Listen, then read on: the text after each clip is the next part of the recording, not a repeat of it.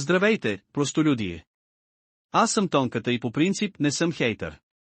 Но на този свят съществуват някои неща, които наистина заслужават да бъдат хейтени яко. Днес ще ви говоря за анимационните еквиваленти на този феномен. Започваме с шоуто Problem Solvers, което е такава мизерия, че даже май няма български дублаж. Това визуално престъпление срещу човечеството го даваха по Cartoon Network през 2011 година. За щастие го премахват от канала поради факта, че е изключително скучно и безинтересно като сюжет. И ако още не сте забелязали, заради канцерогенния арт стайл.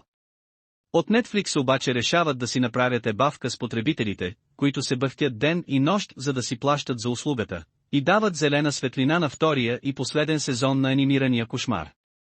Легендата гласи, че ако се взирате достатъчно дълго в тази болестотворна подигравка с изкуството на анимацията, животът ви ще се скъси с поне 15 години и ще развиете тежка форма на шизофрения. Все пак, за какво става дума? Какъв е сюжета на Problem Solvers?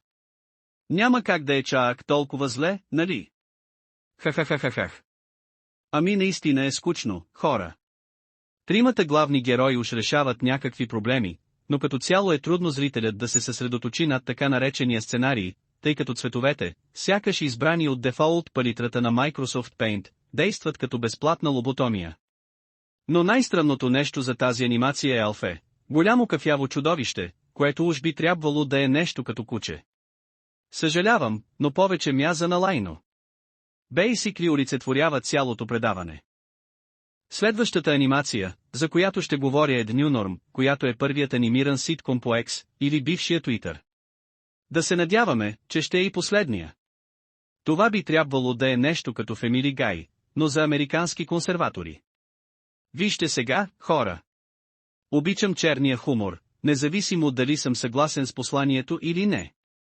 Нямам нищо против да се ебават с еврогейски либерали като мен, стига да е забавно. Но за съжаление този продукт е осакатен от към хумор. Арт-стайлът и самата анимация са на същото ниво. Доста скучен проект като цяло. Единственият хубав елемент са яките емота, с които неиронично бих се праскал.